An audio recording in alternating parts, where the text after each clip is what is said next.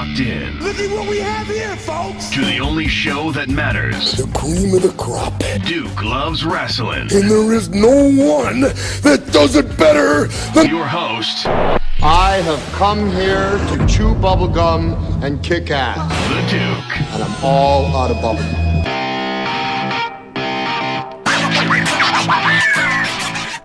My man. Jesus. Are you quoting Oscar-winning actor Denzel Washington? That's right. That is my it's my uncle. Uncle Denzel. Yeah. My homeboy there. Well, Uncle D was filming around here. Oh yeah? Yeah, Again? he was down at the beach. I think they're still filming the second Equalizer movie. You know what? The Equalizer was such a gory, ridiculous movie. I didn't say it. I didn't see it. Every minute of it. Yeah, I didn't see it. It was what you expected it to be. So I know this one. You quoted American Gangster. Yes, I did. Just then. And wow, there. you actually knew that. Yeah, huh? you know, it's funny I know that because I've seen bits and pieces. You know, but I've seen it once all the way through. Sure. I didn't love it, but as I look back and wondering why I realized before Netflix and chill was an actual thing people talked about. Men have been doing that for years. Of course. Come over and watch a movie. Yeah, yeah. And I distinctly remember that movie being one of those movies. Oh. And I didn't because it was long. Well, it was long, right? And it's a little dry. So as soon as you see attention starting to wander on the significant other person sitting next to you, you make a suggestion. Sure. Or you make a move. Sure. Or you see where it goes. Sure. The movie's just there if you need to go back to it. The trick is you don't need to go back to it, though. The trick is not having to go back to it. You want to if you're doing your Netflix and chill, you want to move from Netflix to chill, and you don't want to really go back. This is like you're dropping some dimes here today. Well, bro. I just want to listen. Right think about the people who listen to this show. They need help. They need as much help as they can get. Well, you know, and Valentine's you know who you Day's are. coming up. Yeah, and you know who you are. You know who you are. Hey, you just gave me a great idea. You know, last year we had the guru, Micah Madrid, on, and she gave some tips for how to date a wrestler, how to approach a wrestler. Oh, that's right. We're going to have to find somebody for this year. Yeah. Got to be somebody good. I think, wrestler is kind of high on the list of people you could approach, right? Sure. I think for our audience, we need to dial it down to just how to approach another human being. And that's even just at work. That might be too during much the to day. ask for, yeah, yeah. you just want to get through meeting and trying to get someone romantic on a level like that. I think we might be reaching a little high for some of the folks I know that listen to this show. But before we finish talking about Denzel, did you see the article about him at the Golden Globes? And there was a photo of him at his table with all the other celebrities and what's going on in the photo. Probably the greatest photo that we're going to see all year. Well, it touches on so many things that we all encounter in our day. Sure. Boredom, just not wanting to deal with any more shit.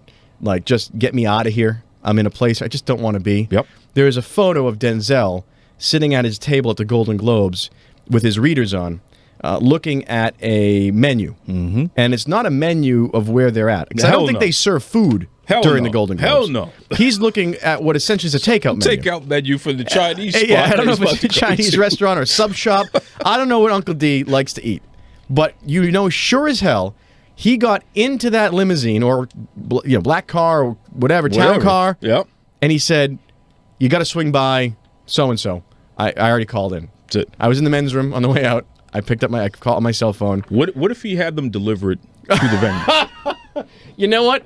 I think if I'm the guy running the Golden Globes, I'm the producer, and I get the headset on, and someone says, table 12, Denzel Washington, look, he's ordering from me. Yeah, let him go. And you know what? If the guy comes in with the bag, and he's comes in there, and he's holding it up like he's walked through the crowd, he's over there. Put it right down in front of him, and open it up. The spicy mustard, the duck sauce, all of it over there. Just let the man eat. See, he's earned it. See, Oscar winner. Who does he have to talk to? You're in a room full of important people, but you're quote Denzel. unquote, but you're Denzel Washington. Groundbreaker. That's it. So smashing barriers. Uncle Denzel. Uncle D, as I call him. So you know what? I don't give a damn what's going on. I'm hungry, goddammit. That's right. So I'm going to look at this menu and I'm going to figure out what I'm going to eat. Now, that's it. See, that's a guy like Denzel who says, "I just don't. What do you got to say to me? I just don't care anymore." Yeah. And That's not arrogance. That's No. just a guy who knows where he's at. He knows he's Uncle D. I could see someone like Steve Harvey doing it out of arrogance, and I would throw his ass right out of the Golden Come Globes. on, again with the Steve Harvey. I'd throw him right out on the street. Stop it. You Stop get it. no Chinese food, Steve Harvey. Stop it right You can't now. do that because that's Listen. just disrespectful. Let me tell you something. I got a good uncle story real quick. Yeah, okay. I've got a lot of good uncle stories. there I'm going was- to go down that road. There was a guy that used to hang out with my father. He wasn't blood, Okay. but he was a good friend of the family, so he was Uncle Sure. Sonny. Uncle Sonny, of course. First of all, you know the man's name wasn't Sonny, but he was it Sonny. hardly ever is. Yeah. So Uncle Sonny, he always had his shoes shined up. His clothes were always pressed. He always had on just a little bit too much Old Spice. He was Uncle Sonny. And I don't recall ever interacting with the man when he wasn't at least half drunk, Well. which was he's Uncle Sonny. Again, someone So- who really knows where he's at in life. Absolutely. Yeah. Every single time I would see the man, he'd say, "Come here." Pull me off to the side, right? Sit down. And then he'd look at me real stern. Now listen, I'm your Uncle Sonny, okay? I'll kick your ass, okay? And You say, okay. Little Duke, okay, Uncle Sonny, okay? Yeah. And then he'd be like, yeah, now go play. And I didn't understand it at the time. Mm-hmm. But now when I think back, I realized, because he was a wee man. Yeah. He was skinny, he was short, he was a wee man. I was probably one of the few people on the planet Whose ass he could actually whose kick. ass who he could convince Right. that he could Without kick their having- ass. without I don't know having if to he could prove it. actually do it. Yeah, without having to prove We're like it. 3-4 years old, mind you. He But- could just play mind he was games on you. playing Yeah. mind games. But I mean, that's what your uncle does. Yeah. You know, just crazy Yeah. stuff, bro. Oh, yeah. So Uncle Denzel, I think he's one of those guys. Oh, I where- think he has a lot of fun. Absolutely. Yeah, I think he's a down to earth guy. I don't know the guy, but he seems like he's just like, hey, I think he's probably put up with so much shit. Imagine, all this stuff that comes what women are dealing with in Hollywood. Sure. Let's rewind 30 years and talk about what African Americans went through, and Sure. still obviously going through Sure. in Hollywood. Sure. Look at all this Black Panther For him movie to stuff. make it all the way to the top where he's at, There's nothing you can say to him that he hasn't punched someone a million for. You know times what I mean? over. Sure. It just, sure. So at this point, I'm going to be at the Golden Globes Yeah. with all you Idiots. self-important people, Yeah. and I'm going to look at the takeout menu. Well, the best part is, which is such a dad move, he's not using his phone. No, he's no, got no. a paper. Where did he get it from? Did he stop and get it on the way and say, just in case I'm hungry later, I'm going to just out of my tuxedo jacket, I'll just flip Sure. through Mr. Fu's Sure. Chinese food, whatever. Sure. I don't know how that happened. Well, but no, it was- I know what happened. His wife dragged him to the damn thing. He didn't want to go. He And he was probably at home, Yes, looking through the looking at the tape, menu. and he just walked out with it. I like that theory. Golden Globes. That works. That works for me. Gee, so welcome back to Duke Loves Rasslin. I am the Duke, and yes, I do enjoy doing Uncle Denzel impersonations, and I'm going to keep on doing them no matter what my illustrious co-host, the Boston bad boy, Iron Mike Pelosi, says. I would now. You always say this to me that like I bet so and so is a pro wrestling fan. I say no. I bet so and so is a pro wrestling fan. I say no. There's no way.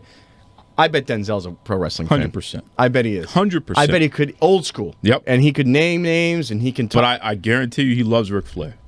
well, you gotta. I mean, he's Ric Flair. Listen, Yeah. again, here's Denzel, a young up-and-comer back in the day, facing a lot of challenges here.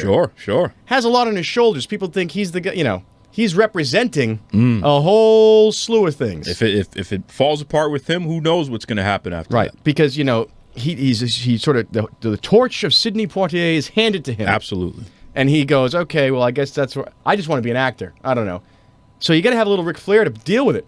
That's it. Because you got to fake it till you make it. Absolutely. You need And that motivation, You Jack. need a little something. So yeah, I think you're right. I think he'd probably be a fan of Rick. I'm going to have to ask Ric Flair about that. Yeah, That would or be a good Denzel, idea. whoever we get Oh, to, yeah. whoever Well, comes Denzel's on first. in town, so we should just talk to him. You know what? Denzel Washington, you're welcome to come on the Duke Loves Wrestling podcast since you're in town anyway. Yeah. Come on by, brother. We'll talk.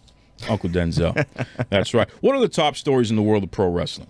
don't We're going to care. find out during Run the Ropes. You do care. I'm going to make you care. All right? Dave Argus. He joins us to discuss being a 50-year-old who's training for a boxing match. Look at that. But he also has a fantastic program that he runs, helping folks battle addiction. So it's going to be a powerful interview, folks. Yep. Can't wait for that. All that plus listener-submitted comments and questions, a.k.a. Ask Duke. Oh, boy. But before we get to any of that, Oh, not again. it's time for Duke's Not-So-Random Thoughts. Really? Yeah. Every week I hope you forget about this because I don't think anyone wants to hear you. Listen, people enjoy when I have to say something. Here, okay. Well, That's please, right. by all means. Yeah. I always think it's better to remain silent and thought a fool than open your mouth and prove it. But by all means, No, go ahead. I'm here to prove it. Yeah, you're gonna prove it. All right. Well, listen, folks. The beauty of pro wrestling is it's a business that is built on the foundation of being subjective.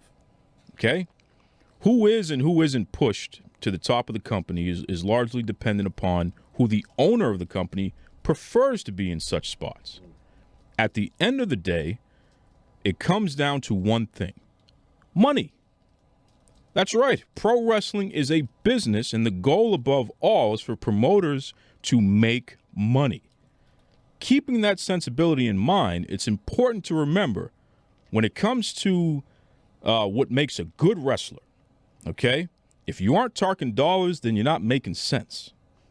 Don't tell me about the latest sensation out of Japan who's putting on 50-star matches according to Dave Meltzer. Give me a break.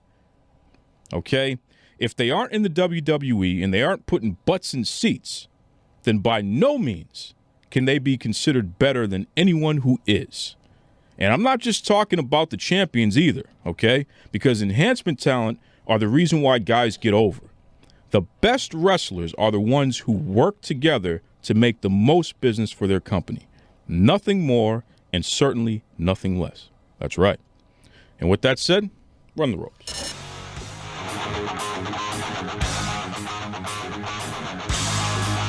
It's time to run the ropes. It's when I educate this knucklehead Boston bad boy on the top 5 stories in the world of professional wrestling. Hey, it's time. Let's go. Samoa Joe is injured. Uh-oh. Yeah, I'm telling you, Boston like bad boy. And he's coming off of an injury. He just got injured again. Okay. Well, maybe he should, that's what happens when you insult some guy's wife to her face. He really did do that, too. Remember we were talking about that? Mm-hmm. I mean, listen, karma, I think karma should work more efficiently on certain people like, President of the United States. But if you're Samoa Joe, you have to think that maybe this is a little bit of, maybe I overstepped and now maybe the universe is correcting itself. I don't know. I'm not going to say that to Samoa Joe, but I'm going to tag him in a tweet and I'm going to let him know that you said that about him. What, that karma's coming back to him? Yeah. For the listen, if you're doing a promo with a wrestler and he says something to you, that's the way it works. Of course. But that being said, he probably blindsided her a little bit. And again, it's just a minor correction. What's the injury? They haven't even announced it yet, but he's out. He's going to be out for a while, too. All right. But well, here's the thing. Now you got me thinking. Did Renee Young do something to him? Listen, I'm not saying that. If you want to say that, if you want to say that, are you say saying that. Renee Young injured Samoa Joe? Tell me the truth. I'm saying that Samoa Joe made some comments to Renee Young, and for a lot of people, they were off color and out of place.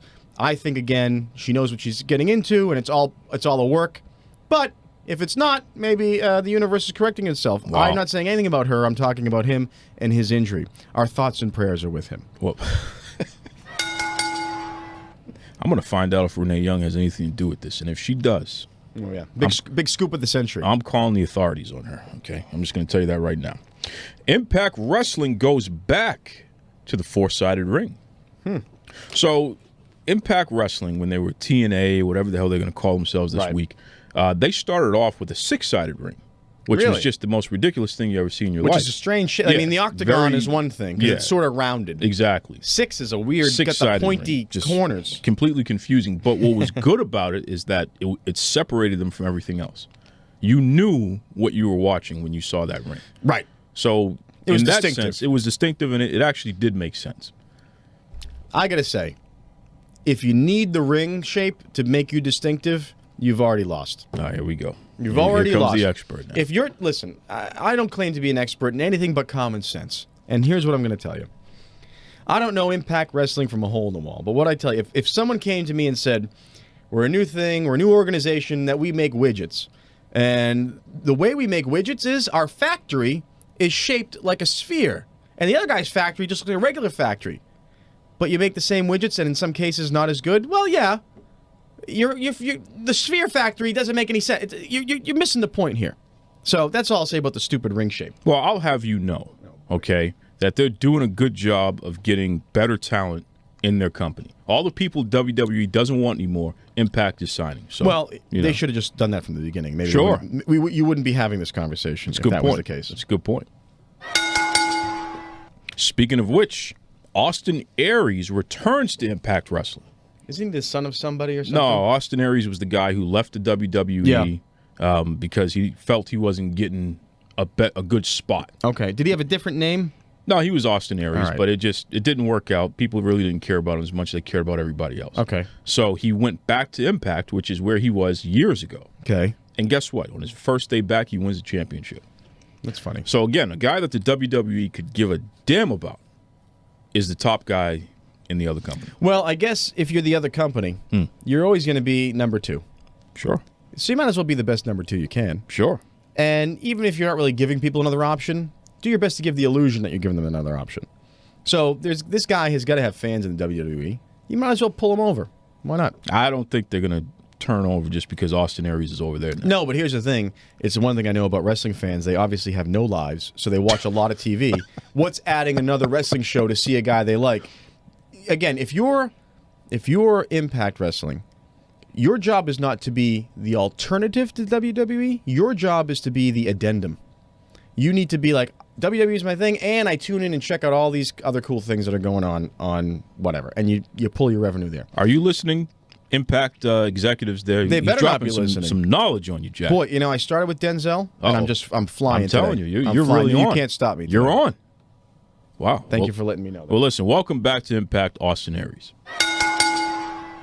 Mixed Match Challenge begins Wednesday, 1/16/18. This is the Facebook thing? Yeah, the Facebook thing, which is, I'm telling you, man, it's tremendous the response that they're getting because they announced all of the teams and they just announced the brackets, which teams are going to face who. They really have done a good job promoting this thing. Well, it's funny. I feel like if it's anything like anything else on Facebook, it's the comment section is going to descend into of course. holy hell. Yeah, it's just going going to be ridiculous. something insane. Yeah, people are going to take it If to I were another them, level. I would just not allow it. You can watch, Yeah, but you no can't comments. comment. Just enjoy.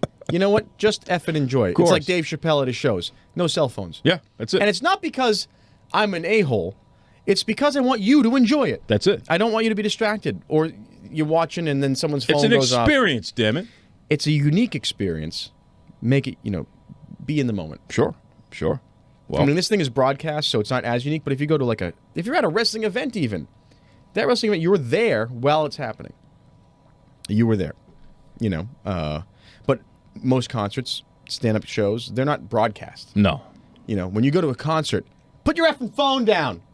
When you go to a movie, when you go to see Star Wars on the big screen, you know what? I went and saw Star Wars on the big screen because whether or not Star Wars is good or bad doesn't matter to me.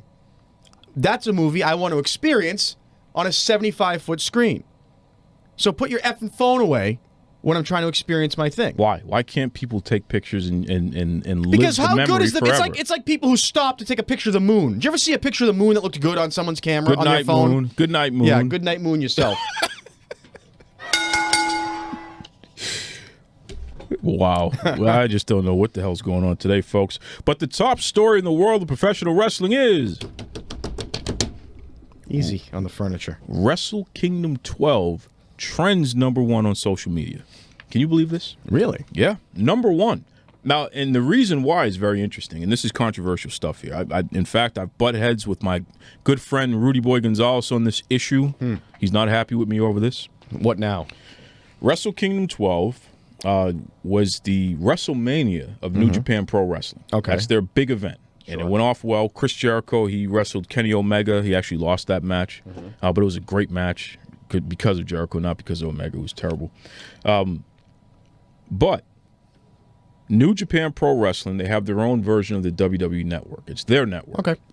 $10 a month, you can see their stuff. Everybody's Whatever. got one of these Yeah, platforms. exactly. It's worth. But they haven't really penetrated the market in America as much as they would like to. They're still working on it.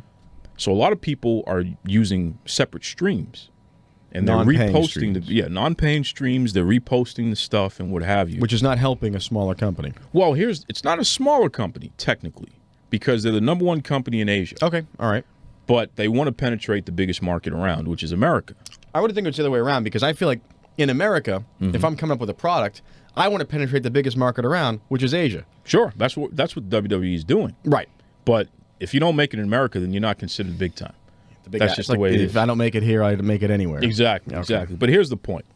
Because of the streams, the separate streams, the non-paying streams, that's what made them trend number one. Well, my question, because you're a geek about this stuff, what fuels social media most when you hear trending, what's fueling that the most? Is it Twitter mentions? Is it Facebook? Is it Instagram? I know it's a combination. It's a combination. But what is the big? Is it Twitter the biggest one that pushes that? Twitter's the biggest one. And that's pushed through basically hashtagging. Yes. That's the best way that you can track something like that. But here's the point. Once you start trending number one, brother, it's just wildfire. You're putting yourself in a position where you can make a lot of money because you're getting a type of exposure that you've never even experienced before. So I wonder, and again, this is what the whole world is trying to figure out: how to turn that exposure into dollars. Here's what happens. A certain percentage of those people are going to start following your product directly after, and then. So it's once they're on the wagon, what you do next. Once they're on the wagon, they're on the wagon, and that's the point. And then when you say I like Coca-Cola, they're going to see it. So here's what's happening: they actually end up making more money because they had people who would have never even watched their product before, who weren't as aware of their product, and they can say to their advertisers, "Now we're in front of all these people." Bingo! Yeah. So now your asking price goes up, especially in this marketplace. Right. So that was my point. And that explains why you won't tell me how people listen to this show, because you don't want my market price to go up. I'm going to come to you and say, I like your contract where it is, and I'm not going to mess around with that anymore. There's tens of people listening to this show, and I need a bump in my contract. Yeah, good luck. That's why you won't tell me. No, I won't. Now tell I understand. No. You've got it all explained. But here's the thing, though, and this is what's interesting. A lot of people are saying, well, it's illegal what they did. All right. And because of that, New Japan has lost money. Hey, pal, a lot of those folks were never going to pay the money and watch that program. Well, and also, when you put something online, you have to assume it's gone. Sure. You have to assume it's out of your hands because somebody has it. Sure. We post this show online. Yep. And some it's Russian, all over the place. It's all over the place. It's all over. Even if we put it behind a paywall. Yeah. Which we should do, by the way, to keep out the stragglers and the scragglers. Who are you talking and about? And the high money people. You don't want Putin? No, I want high money people listening to the show, and I want them to pay top dollar for it. Yeah. No, but you have to think, if you're going to put up a street, there's no way a meeting didn't happen. No. And the WWE said the same thing when they put all this stuff online. Hey, sure. we're going to take the gamble that people are going to support us because they're fans of us. So they'll throw us $10 a month because they'll get a nice interface. They won't have to go searching around. Sure. But you know what? We know that a certain percentage, 3% out of there that we're going to lose X amount of dollars. But those dollars you never would have had anyway. So. And here's what happens. Once again, you make people more aware of your brand. And they're probably going to interact with your product in other ways. Well, here's the thing: if I see an illegal stream of wrestling and I like it, most people aren't going to sit and try and search the dark web. They're going to go, "Oh, well, I can just pay $10 and see the whole thing." That's it. It really can't hurt you. I mean, that's almost like having it's like the Wu-Tang album idea. Sure. It's $1 million and no one can hear it except you.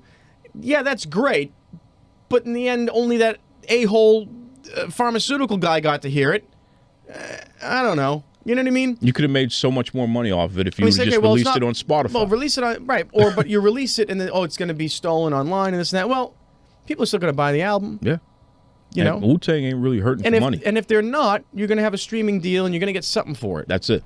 Obviously, that is all changing. But the point I think remains: you either are in a lockbox, or you're not. Well, New Japan ended up being the #1 story in wrestling.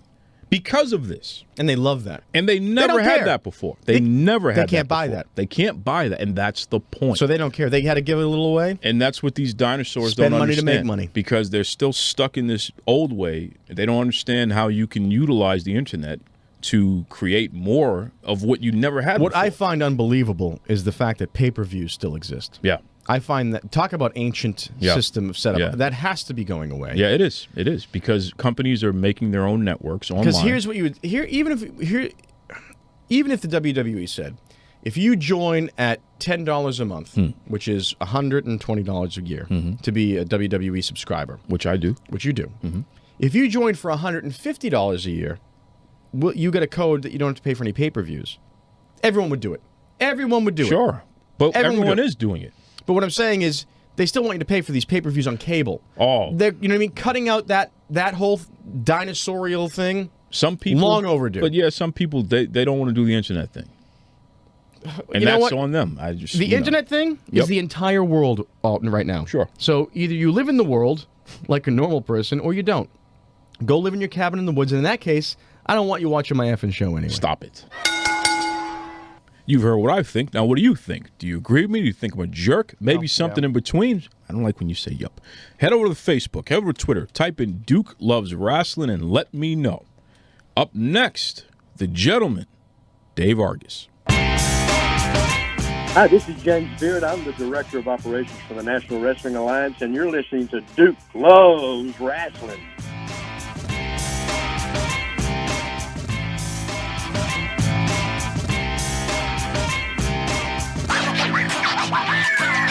All right, so we have gentleman Dave Argus on the line with us. And listen, I'm just going to start from the top here. Dave, you just turned 51 years old, and now you're going to do a charity boxing event. What is that all about? It means I have too much spare time, I think. Funny, Duke has the same thing. He does this show because he has nothing to do with his life. Give me a break. Is that right? Jeez. Well, you know, I'll tell you, Duke, I like to work out, and as I'm getting a little bit older, it's almost when this fight came up, I thought, geez, you know, it would be an opportunity to work out, to make money for a great charity. It gives me a bit of a goal in mind. So it goes from hating to do things to thinking that, geez, I want to make sure today I'm doing them better, faster, harder than whoever I might be fighting is going to be doing them. It just gives me a bit more motivation at my young age of 51. Now, you got to cut weight and do all that stuff there? Well, I started at 205. I'm at 190, about 193 right now, and the fight thankfully is not till May 17th, and I have to get down to 185, which will be fine. It'll be good. It'll make me behave myself.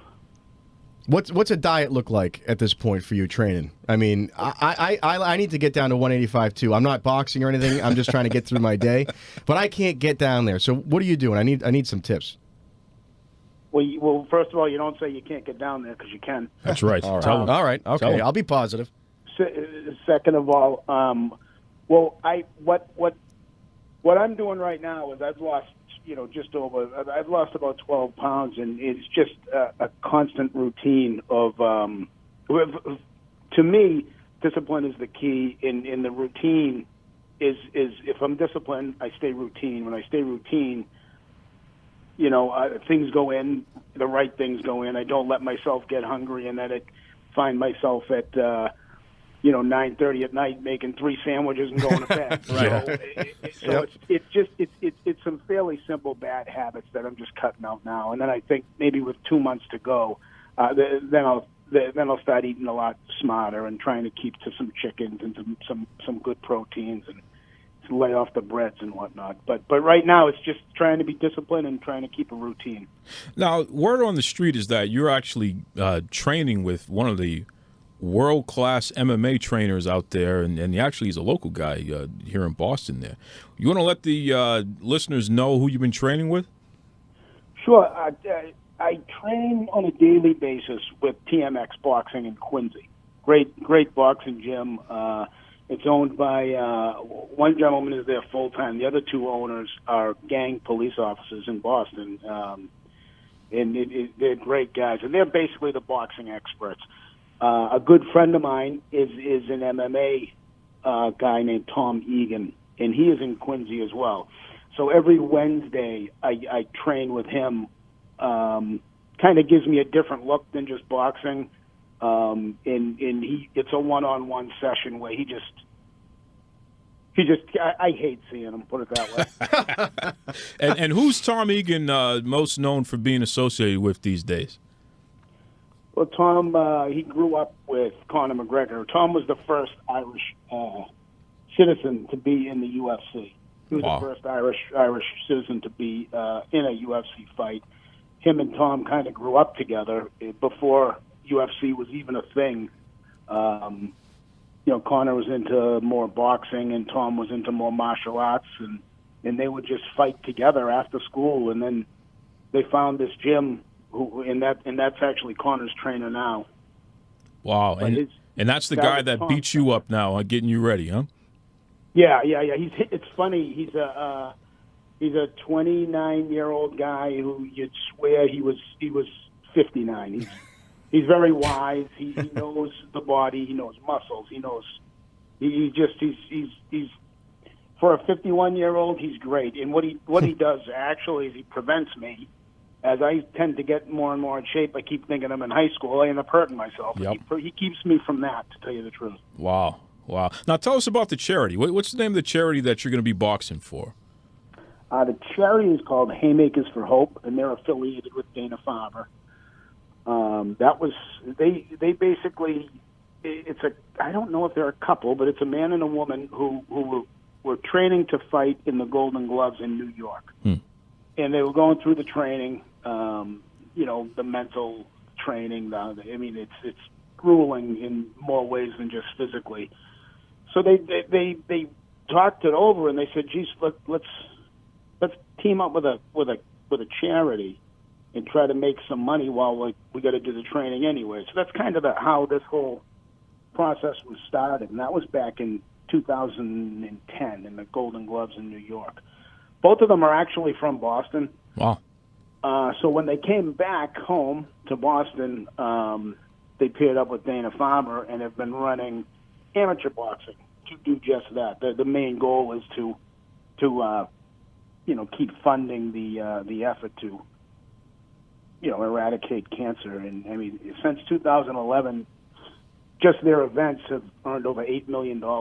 Wow, that's definitely some good stuff there. And folks, we're going to provide information on the charity and also the date for the fight there. If you want to come out and represent Gentleman Dave Argus there, that'll be some cool stuff. So, Dave, you're a Boston guy. There's been a lot of boxers from this area, a lot of big famous people.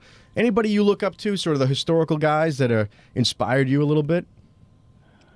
Yeah, actually, a guy named Sean Mannion. He's from Galway, Ireland, but he made his mark in boxing fighting out of South Boston, in Dorchester. He ended up fighting a guy named Mike McCallum in Madison Square Garden. It was actually, little trivia fact, it was the last 15-round boxing event that ever took place. Wow. There you go. He was. It was the same night and it was the same card that Marvin Hagler beat a guy named Mustafa Hamshell at the time, which that would have been the last 15-round fight, but Hagler knocked him out.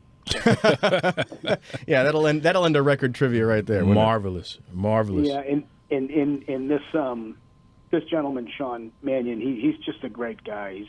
He's truly probably one of the toughest men I've ever met. He's just a natural fighter, and if you ever met him, you'd think he was the most gentle person in the world. Wow. That's usually how it is, right? That's right. It's always the nice guys. He has a film festival movie called Rocky Russ Muck that's out now. And so he's touring around New York and Ireland and things of that nature, getting that movie off and running. Cool. Shout out to Sean there. Now, Dave, it's interesting because you've taken up boxing, and as you said, it's something that gets you motivated to get out there and focus on something, keep your body in shape, and what have you. It's another goal for you to reach for. But during the day, you actually have another thing going on, which is really some tremendous stuff here. You have an organization that you're working with folks to help them get clean, and we're talking about folks who are addicted to drugs. Talk to us a little bit about your organization there. First of all, what's the name of it?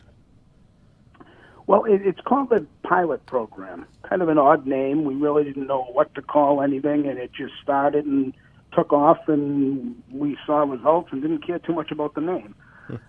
But so there's no real significance to it. It was originally we were going to try it out in the organizations that I've partnered with, which is Local 7 and the Carpenters Locals in Boston. They were going to give me a shot, so they we kind of called it the pilot program. If it failed, they were going to just forget about it. And just through a good friend of mine who introduced me to the world of addiction, I kind of helped him in his. Well, I didn't do anything other than just I was there for him and his family, watching him struggle through this stuff. I met the people that work in the field, and they're the most amazing people I ever met. I happen to be an operations manager for a construction company. That's my full-time job in South Boston. So when I basically I manage people for a living, and when I found the passion that these people in the sobriety network had with what they did for a living, it was amazing. I mean, they don't make a lot of money. They do it for people. They help people, and I think they kind of need it. And I learned their whole, just watching them, just observing how they treat each other, how they truly look at the disease, or how they truly look at helping someone. They don't judge what they just did. They look at trying to make it so maybe they don't do it that way next time. It just kind of hit me like nothing's ever hit me. So I don't know where, but I thought of maybe 3 or 4 months later, I was driving around, and it just hit me, why don't I stop thinking about how wonderful they are and see if I can try to help? So I started with a couple of people that I work with. We started this little program where we take sometimes kids. I mean, we have six kids from 18 to 22, and we have 5 adults. So these particular guys are taken from the Gavin Foundation, which is a sobriety. I don't really know what they're called, but they're a substance abuse facility in South Boston, and their youth part of that is called the Gavin House. So they're actually across the street from where my office is. So that's kind of where we got recruits, I guess you would say. Taking these guys' advice on who's really serious about sobriety. Who really, really, really wants it? Sure. So what is the service that your organization offers specifically, though? So you have these adults and these young people as well, and what is it that you offer them? Well, we offer them a job. So what I've worked out with the Carpenters Union and the Ironworkers, Local 7, great people over there as well, is these individuals can get enrolled into the union. They have to do 1 year to prove to everyone that they're serious about this 1 year before they actually get in. So they're temporarily in the union for 1 year. After that 1 year period, then they get in, and the union pays them to go through the apprenticeship. And in the meantime, they work for me. So what it really is a second chance type opportunity. A lot of these gentlemen were highly successful. They just happen to have a brain disease. It's hard for them sometimes. There's nothing wrong with any job you do, but it's hard for them sometimes to realize that at the state that their mind's at. So having what we're offering them is the last job that they could ever have, possibly, or Absolutely. a career, something to be proud of. And if they like it, they really excel. And if they don't, I think they still meet me and the guys that we have and some of the women. So what we do with the younger kids is not just offer them a job, but we try to teach them life skills that they hadn't learned. Some of the stories of these kids are amazing. They've never had a father figure or a mother figure, and just what we would consider basic manners. They're good kids. They're not rude, but they just don't know them. So we kind of teach them a lot of that. We simple things like mailing a letter, writing a letter. Wow. Your taxes, things that a normal 18, 19, 20-year-old who you can't wait to kick out of your house because he's eating you out of house and home. These kids don't know that. They don't have the basis. So it's parts of their brain are not developed. So we try to help with that. So, Dave, I got to ask you. Earlier, you mentioned when talking about your training, you mentioned routine and discipline. What would you say? How does that cross over into sobriety from what you've seen, from what these folks have to do to get where they're going? I mean, you're offering them a job, but I would think that's just as important there as well. It's hard. It's hard to put the two together because I don't happen to have a brain disease. I don't have addiction, and it's hard for me to walk in those shoes. Of course, I don't think that addiction has anything to do with lack of discipline. Mm-hmm. I think it has to do with different neurological pathways. Absolutely. Things that fire in a different manner. Right. So it's hard for me to really. But would you say the process of getting sober requires discipline? It requires, a commitment to, like you said, there are some folks that really want to make a change, and you say, let me know who those people are, and we're going to put them into our program and give them the resources they need to really do that. Exactly. And it all comes to, how bad they want it. And a lot of it is, unfortunately, with addiction, a lot of it isn't the opportunity. You have to be lucky enough to get, that individual has to be ready for the opportunity when the opportunity arrives. Right, so it's kind of timing. But I often talk to them about, have you ever heard that saying about the guru, like how bad do you want it? Mm-hmm. Have you heard that little poem or whatever it is about this guy? He wanted to succeed, so he went to this guru. Well, we talk about that. It's just he basically, a guy wanted to get sober, and he went to this guy this guy gets everyone sober. He can do it.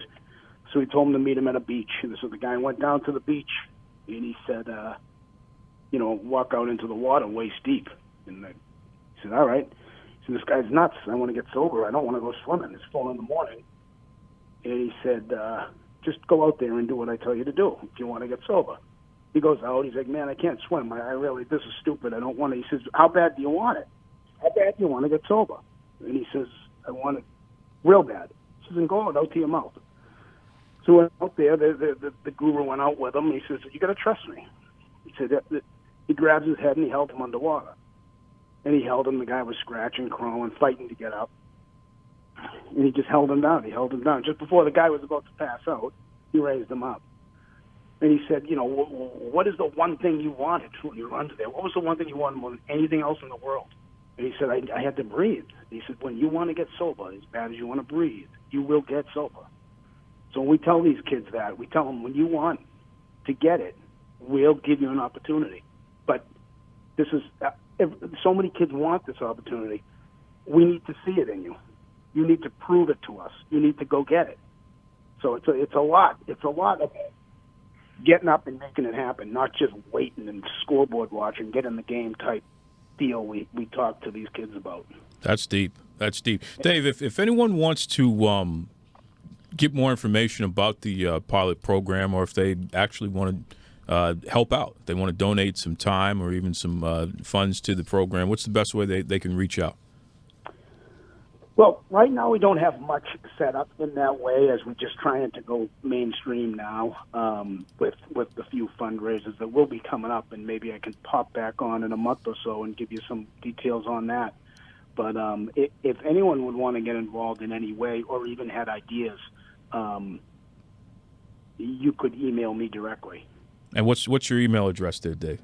And my email address is dargus, ARGUS, at karasglass.com. KARAS glass, GLASS.com. Good stuff. We're in the midst of setting up a 501c now, so good stuff. Things should really get going. Well, I'll tell you right now, Dave, I commend you for the work that you're doing, because it's not easy. And as you said, you're not a person personally who is a survivor of addiction, but yet you're spending your time trying to help as many people as you can in the way that you are, and you're utilizing the skill set that you have in your industry. You know, you're in construction. You're trying to reach back and help these kids out, and not just give them a job, give them a career. You know, so that's good stuff. And on top of that, you're training. You're gonna box. It's coming up soon in a couple months here. 51 years old, and you're gonna step through those ropes and see what's really going on, huh? Yeah, try to not make a fool of myself. We'll see how it goes. That's it. Well, listen, I'm gonna challenge you. I'm gonna give you one more challenge. I want you to come back the week before the fight here on the Duke Loves Rasslin podcast, so we can talk more about who your opponent's going to be and all that good stuff there. We'll see if we can whip up a frenzy here and get some folks to come out and support the charity and support my man, gentleman Dave Argus. That sounds good. I appreciate it, Duke. Thank you very much for the opportunity. What a great guy Dave Argus is, huh? Yeah, and doing a lot of good work. Seriously. I mean, you talk about a noble mission, because he doesn't suffer from addiction, but yet he's dedicating his life to helping people who do. Well, is that not the definition of empathy, right? I mean, you don't have to walk in my shoes to see my struggle. Sure. And we can only hope that there are a lot more people out there like that, because you don't have to, have suffered from every ailment in the world. You don't have to have been poor to understand that. You know what I mean? It's called empathy. Absolutely. So when you practice that, it's only putting good out in the world. And then on top of that, the guy's 50 years old and he's training for a boxing match. Yeah, I think he's compelled somehow. There's something driving him. Yeah, he's a motivated guy. And let me tell you something. Solid dude, too. I'm talking, I shook this guy's hand, gave him the man hug. He could have crushed me. He should have crushed you. Oh, I don't know. Maybe next time. All right, well, no, please, Dave, don't ever crush me. Thank you. Folks, up next, we have your latest edition of Ask Duke. But before we get to any of that, you really want to get me going tonight? It is time, the Boston Bad Boy Rant. Well, I was perusing as usual, as I do on the Facebook pages, laughing at all the people who post ridiculous things, and they say that you're fans, which I find is incredible. But the most idiotic phenomenon I'd seen in a long time is people who argue with pro wrestlers, like on Twitter. People post screenshots. They're on Twitter arguing with a wrestler, or whatever. They're going back and forth. And the fact that a subhuman like Johnny Pizzaface, who lives in his mother's basement, doesn't get any points for being a keyboard warrior to cuss out a wrestler because he thinks he knows better than a wrestler. This is like arguing to an airline pilot about, I think you could have flown the plane a little smoother. I think that landing, it was good. You could have done a little better. Oh, are you a pilot? No. I've seen a plane on TV, though. I watched the Tom Hanks movie about how land on Hudson, so I feel like I know how to do it. That's exactly what these people do. It's ridiculous. People like Dingo, who sit in their parents' basement and, go on and on about how smart they are and how smart they think they are. Case in point, there was some Gavone who was disparaging friend of the show, journeyman wrestler Dusty Wolf, regarding the validity of announced wrestling injuries. I didn't get to do it, but basically, this moron was adamant over the fact that every announced injury is legitimate, while Dusty, to his credit and to his experience, maintained that, for the most part, you only know what the booker wants you to know regarding injuries. Now, who am I going to believe in that situation? The subhuman, moron, jagoff, who's never laced up boots ever in his life? Or Dusty, who put his body on the line for a living out there, spent years on WWF TV because he was trusted by Vince McMahon to go and get these big names over. So when Dusty says a small minor point, like, hey, it's all part of the show, you only know what the bookers want you, shut up and just take a lesson. Because you should be so lucky that this guy's going to even give you the inside scoop. He's going to talk inside baseball with you. You don't deserve to know. How's that? You don't deserve, because you're a subhuman. So stop. Get a life. Get off the Xbox. Go look in the sun. Find a significant other to go watch a movie with. And just stop thinking you know everything on the internet, especially when it comes to pro wrestling, because you, in fact, know nothing. This is Simply Luscious, and you are listening to Duke Loves Rasslin.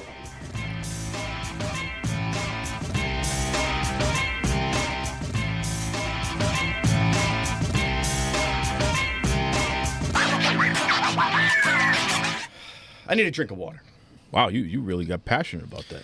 I do. I did. And I just, the subhumans, they get me going. Well, and you know who you are when you're out there, subhuman. So Well, stop doing it. and I mean, arguing with a wrestler on social media, it's one thing if you're kayfabing it, if you're having a good time with it. But it's another thing when you really think you know better about pro wrestling than the actual wrestler. It's almost like how you think you know better about pro football than actual football players. All right, so we know that this Saturday's big game coming up, the New England Patriots, they're going to be in the playoffs. The only thing I can't stand more than wrestling is football. Well, me too.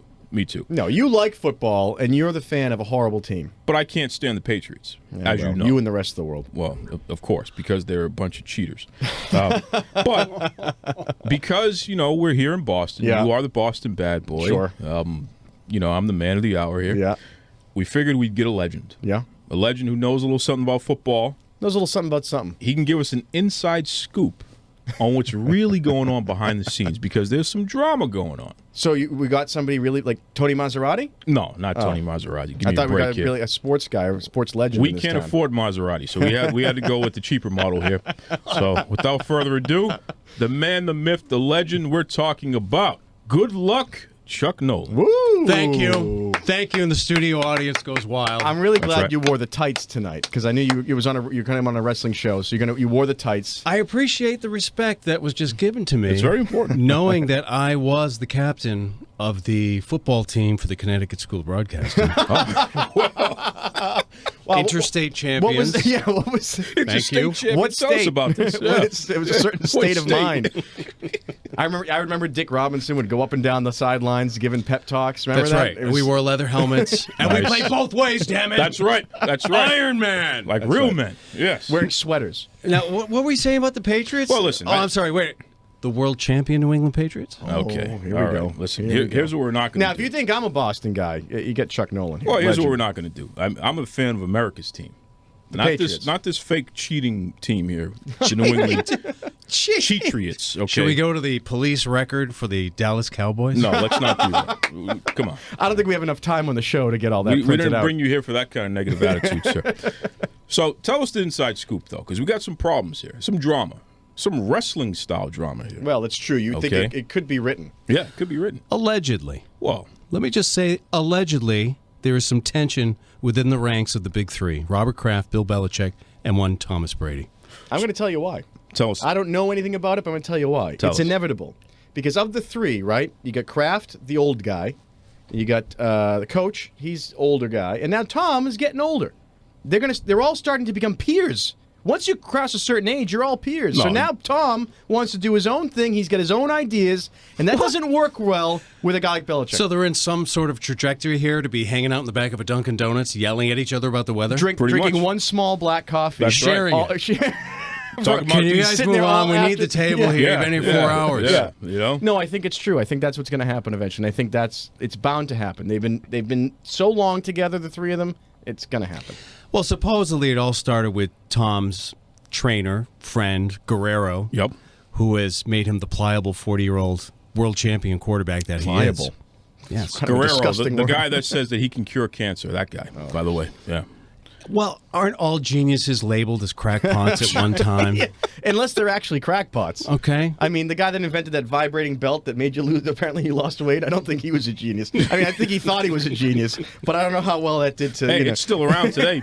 Damn it. If it is, we should get one for right. the I secret think they made a location. problem when they let him have access to the field and the players and the clubhouse and all that. Yoko Ono. See, He that's what- became Yes. Yoko. He's He Yoko. He Yokoed. See? He See? absolutely Yokoed. Yokoed. See? And Bill's like, what the heck is this all about? That's This exactly. guy- Oh my God! That's pretty I good. love the parallel pretty good. here. And he wants his own trainers working with his players. But the other players are like, well, it works for Tom. Should we go that way? And if you're a receiver and you go to Tom's guy, Tom would like that. Maybe he'll throw to you more. Oh, Bill's not going to like that. That's see. Tensions. And See? here's Tensions. the thing: if you're Tom Brady, you got to be. You're the lead guy. You can't be doing all this special treatment stuff. I have to lean with Duke on here. I don't think it's. You do the program the way the program's set up. That's right. You can't have all these fancy guys coming in because you're Tom Brady. But it you can't works. be Yeah, but Works you're for who? Yokoing. Works for Listen. Let's put Ben Roethlisberger and Tom Brady side by side. Ooh, I don't know. Are they allowed to come Ben that does the close? traditional football training regimen. Eating several thousand calories a day. No, you're being ridiculous. You can. How is that ridiculous? Because you can be Tom Brady and still do an enhanced Tom Brady-esque thing and still be a team player in the locker room. That's right. Well, I think there should have been a separation between Tom's I think guy it's too late and now, everybody though. else. I think it's too late now. I think the toothpaste is out of the tube. No, these guys are professionals. No, they're not professionals. Not when Tom Brady's sitting here cussing out his coaches on the sidelines. That's okay? true. What's wrong with this guy? No respect. That is the heart of a lion right there. Are you kidding me? He cares. That's why. You know what his problem is? He's not like Dak Prescott who... Hey. He's a young man. I'm choking on He's something. a Wait young minute. man. Okay? What time is the Cowboys game this weekend? All right. All right, Chuck. Wow. See? I didn't bring you here for this. I'm going to tell you that right now. Are they on a bye? Is that what it is? Yeah. Okay, they're still America's team. Yeah. Here's what I know, though. Tom Brady marries Gisele Bündchen. Okay. And suddenly he thinks he can do whatever he wants. Well, I thought it doesn't work that way. Because Bill Belichick, he's the leader. When I saw the billboard of Tom Brady and Tony Robbins talking about Tony Robbins' Foxwoods gig or whatever, and Tom Brady was going to... I knew something. The guy's crossed getting over too big. a different level here. Too big. He's too just, big for his britches. When I saw the photographs of Jerry Jones in the elevator with two women, and one of them was not standing on her feet,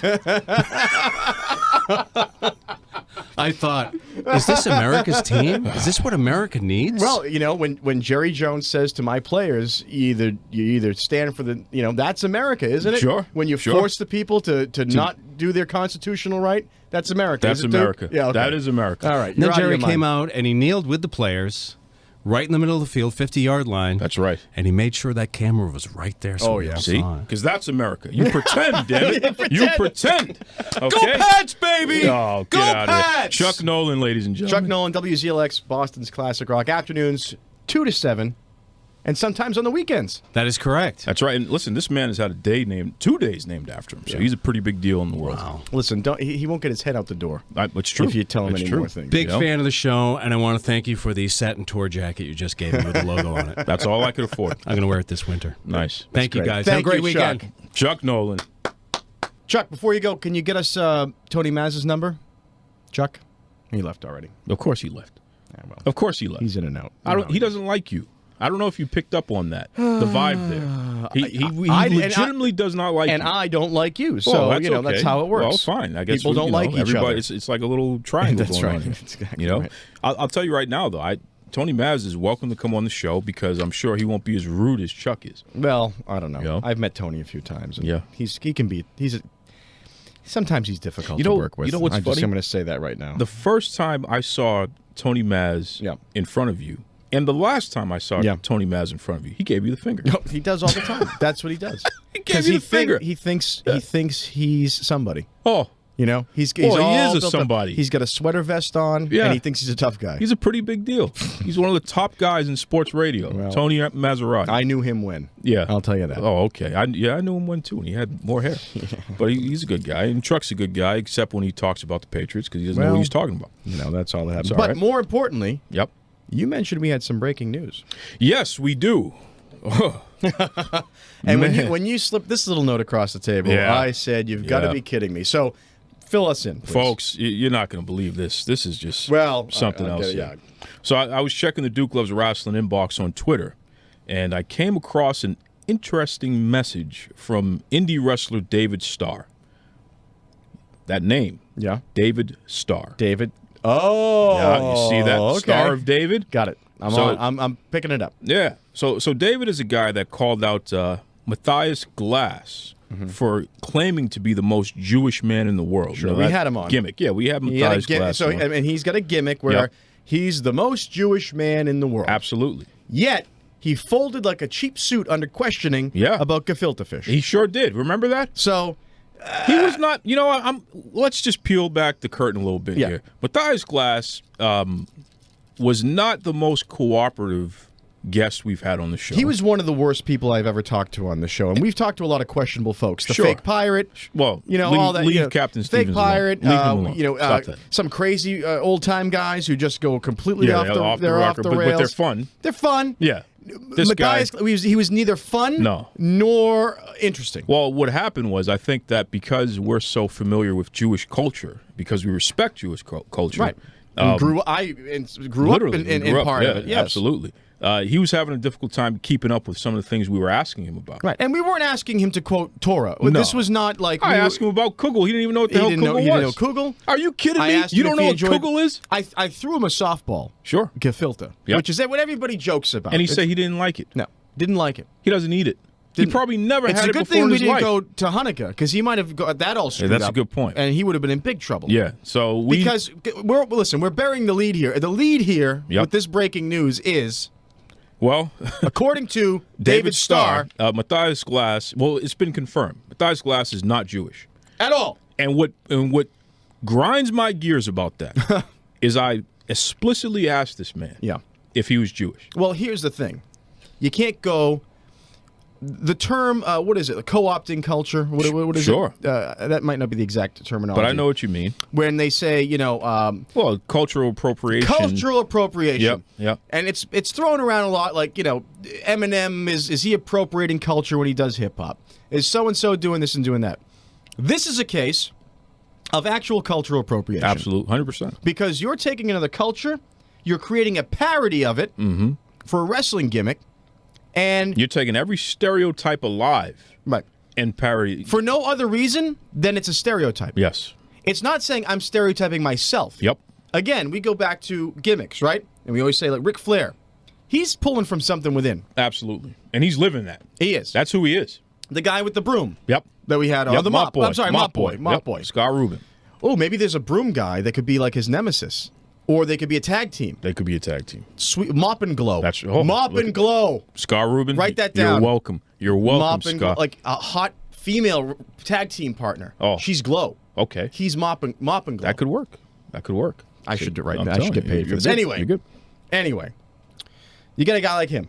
He does a gimmick. That's not when you start drifting into gimmicks that talk about I got a race, bagel in my pants and all this nonsense. He's religion. Talking about. Yep. Ethnicity. First of all, it's probably on the fence to begin with. Now when you do it and you're doing it because you're just playing stereotype, it's completely ridiculous and unacceptable. It's disrespectful, and quite frankly, folks, we would have never had him on the show had we known that he actually isn't Jewish. You know what this is? Who was the fellow back in the day who was the whole shaman kind of thing? Papa Shango? Papa Shango. Was he the first to do that sort of that gimmick? We were talking. I mean, it might be the same. But so then you got to get Papa Shango, right? And they say, and it was the McMahons probably came up with the gimmick. Said, "Here's what we're going to do with the bone," and he goes, "All right, that's my gimmick." They didn't take a white guy and make him wear blackface and then make him do that bit. That's exactly what's going on here, though. It's the equivalent. It is. It's the equivalent. Do you see what I'm saying? It is. It's one thing for someone who is Jewish to say, "Oh, I grew up Jewish. I'd have a lot of funny one-liners. I could play up the stereotype because I get it, and I'll know what is offensive and what's not." Sure. I'll know. I can connect with people because isn't it about connection? Why are you a fan of a wrestler? Because he represents something about you either you aspire to or something you are. So if you're a little Jewish kid and you get this guy who's playing up this Jewish thing, you go, oh, and it's funny, but it's like, hey, guys just like me. Yeah. I can connect with that.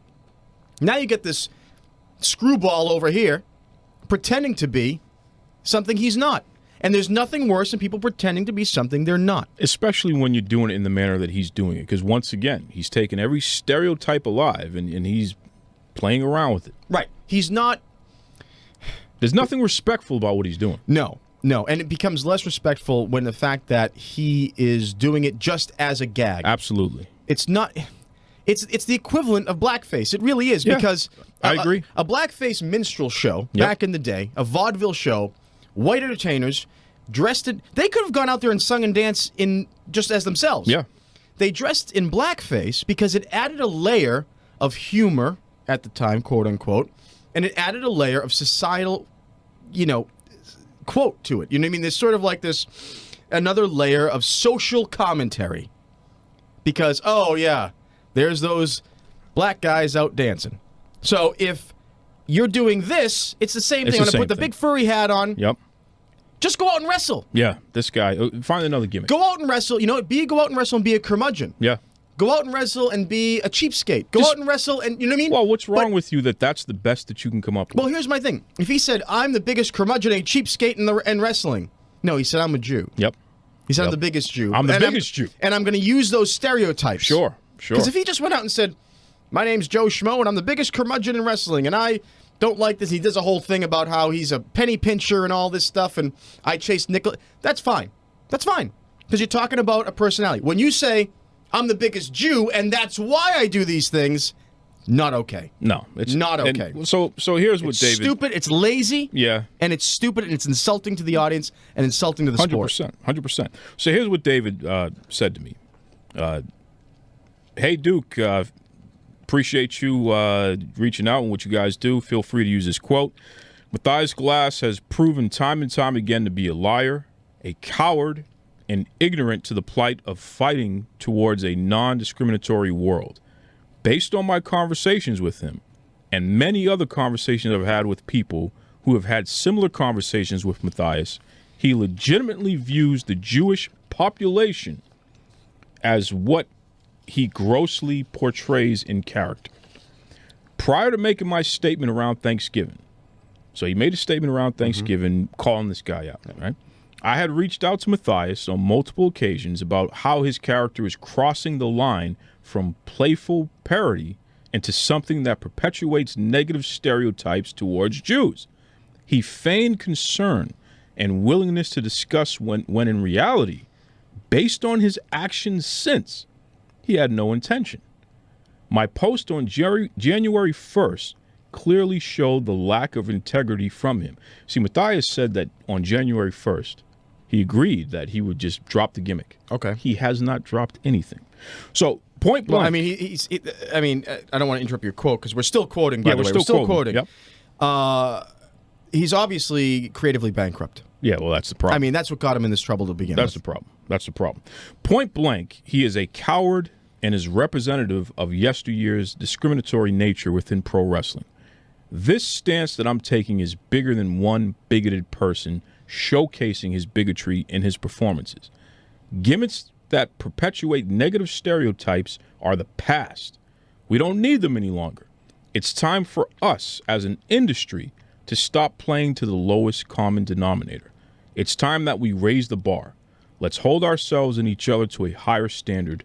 Let's grow. Once again, that was David Starr, a fantastic indie wrestler, Jewish man, proud Jewish man, and someone who, like us, real Jewish sick, man. Yeah, sick of this Mathias Glass with his nonsense. Well, I got to say, there's the old saying, only Nixon could go to China, right? So, if, like he says earlier in that quote, playful parody into something that perpetuates, there's nothing positive that's going to come out of a guy doing that. No. You look back in certain times where people have done certain things that were controversial. Richard Pryor's comedy, he's talking about racial issues and cultural issues. He did it because that was his thing to do, and as a man who's sort of was living in that zone, he was someone who could talk about it. It made sense for him to talk about it. It made sense for him because he's part of a culture that he's talking about. If you're not part of the culture you're talking about, you have no radar.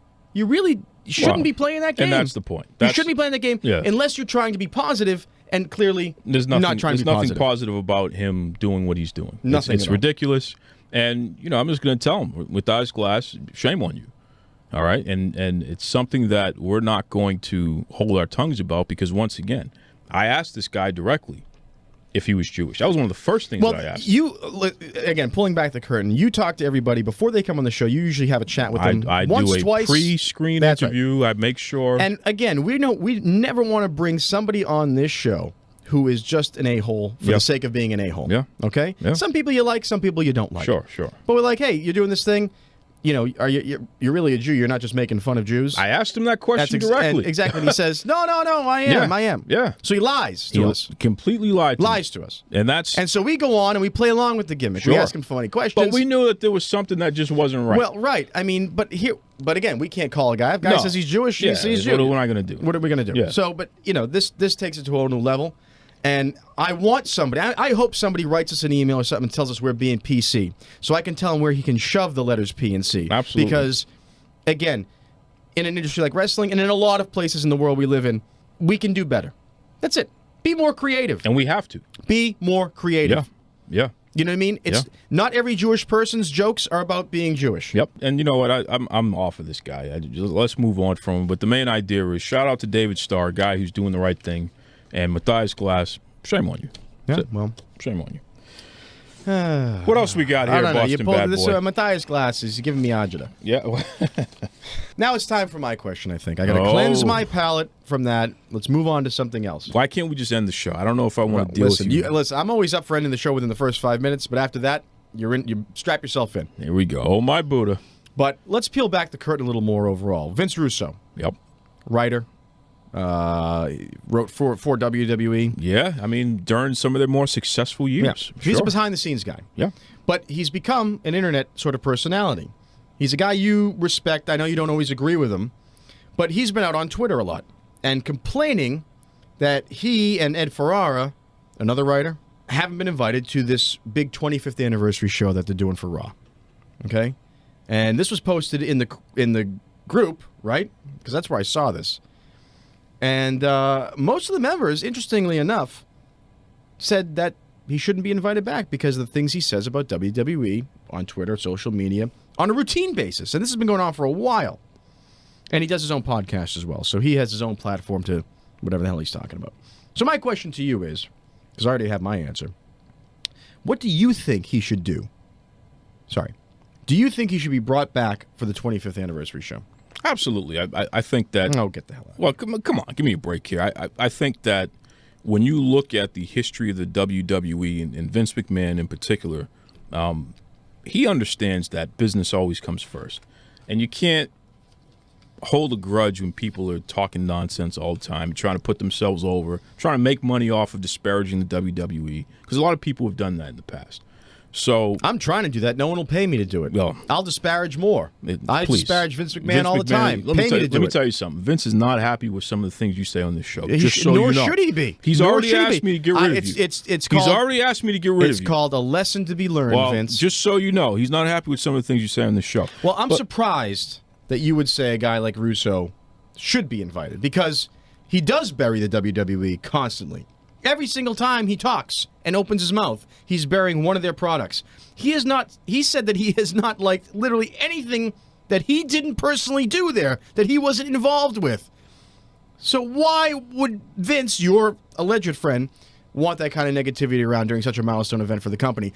This is uncomfortable for me because it's making me agree with Vince McMahon, but I'd like to see you squirm. So please try and answer the question. Again, you got to let bygones be bygones. Do what's best for business. And hey, maybe if you have Russo at the event, he doesn't have to have a role. Just have him sitting in the audience. Why would he sit in the audience? No one knows who he looks like. He's an effing writer. No, everybody knows what Vince Russo looks like. No one knows. No one cares. He's a behind-the-scenes guy that no one cares about.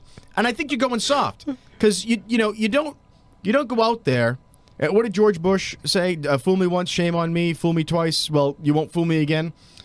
What the hell is going on right now? You squash them like bugs is what you do. When people are out there burying you, after you gave them a shot, you made them a lot of money, you gave them this guy can do a podcast now. Who the F is he? Some writer? He's going to do a podcast because he worked for you? Hit the bricks, pal. It's time to leave. You don't get VIP. You don't get to yuck it up with all the boys that you were slamming the other day before while they're out working. They're not actually making money. They're actually still doing it because it just can't. It's jealousy is what it is. It's just old man jealousy is what it is. Has been washed up, and he's just going to go yak, yak, yak.